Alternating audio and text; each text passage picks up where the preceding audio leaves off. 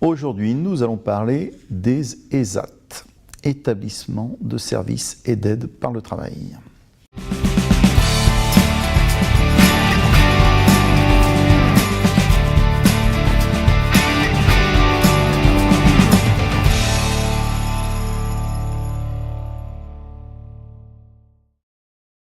Les ESAT étaient plus communément connus avant 2005 sous le nom de CAT, Centre d'aide par le travail.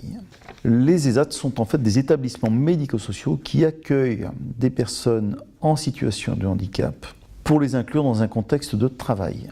Cependant, bien que nous soyons dans une situation professionnelle, l'ESAT ne dépend pas du code du travail, mais du code de la famille. Et les personnes handicapées qui travaillent au sein d'un ESAT ne sont pas des salariés, mais des usagers. C'est une grande différence qu'il faut bien intégrer.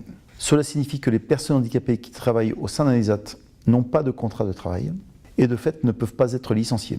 Elles ne bénéficient d'aucun des droits et des devoirs qui sont dus au titre du Code du travail. Quelles sont les personnes qui sont accueillies dans les ESAT ?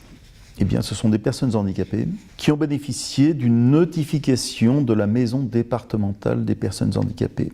Cette notification spécifique en fonction des incapacités de la personne, elle est orientée vers le milieu protégé, dont les ESAT font partie, car les capacités de cette personne sont diminuées au point qu'elle ne peut pas prétendre travailler dans le milieu ordinaire de travail.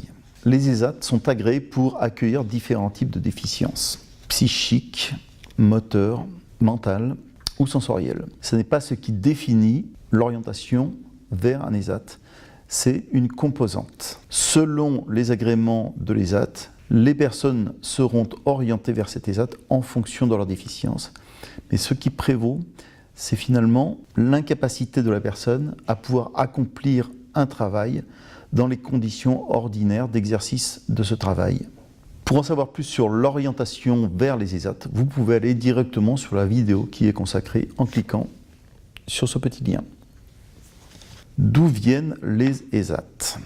Ils ont été créés à l'origine par des associations de parents qui souhaitaient protéger leurs enfants du régime concurrentiel du travail, tout en leur donnant une activité professionnelle que l'on qualifiera d'occupationnelle. Cela n'a rien de péjoratif car toutes les personnes qui travaillent en ESAT produisent de la richesse et travaillent avec des entreprises ordinaires qui elles-mêmes sous-traitent à l'ESAT différents travaux.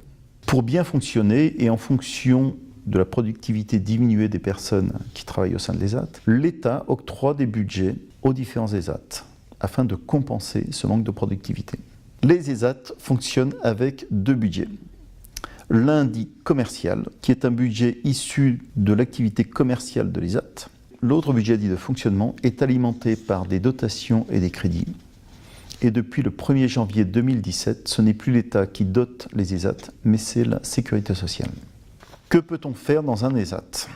Les activités qui sont proposées sont très variées. Généralement, elles se font au sein d'un atelier qui peut être de type conditionnement, blanchisserie, numérisation de documents, il y en a énormément. Mais un ESAT peut aussi proposer des activités d'extérieur de type espace vert. Les personnes qui travaillent en ESAT sont encadrées par un moniteur, formé pour cela. Les personnes qui travaillent en ESAT sont aussi soumises à un projet personnalisé. Et pour cela, nous avons aussi un tuto dédié que vous pouvez regarder immédiatement en cliquant sur ce lien. Pourquoi aider les personnes en situation de handicap par le travail ? Certaines personnes, en fonction de leur déficience, n'ont pas la capacité de trouver un travail par elles-mêmes ou d'intégrer le milieu ordinaire de travail. Les ESAT ont cette fonction de leur fournir un contexte adapté à leurs capacités et à leurs besoins, tout en leur fournissant la fierté de travailler. Le but est l'insertion par l'activité professionnelle. Petit conseil, si vous êtes orienté vers un ESAT, n'hésitez pas à regarder tout ce qui existe comme ESAT proche de chez vous ou même dans votre département. Il y a un grand nombre d'activités qui sont proposées. Vous pouvez appeler l'ESAT, vous pouvez appeler un moniteur d'ESAT pour mieux vous faire guider et choisir le plus précisément ce qui vous convient en termes d'activité professionnelle. Si vous êtes orienté en ESAT, n'hésitez pas à consulter la liste des ESAT qui vous sont proposés grâce notamment au GESAT ou même à les appeler directement pour savoir les activités qu'ils proposent et choisir par vous-même celle qui vous conviendra le mieux. Autre conseil, il y a peu de places disponibles dans les ESAT. Si possible, choisissez un ESAT en milieu rural qui sera beaucoup moins sollicité.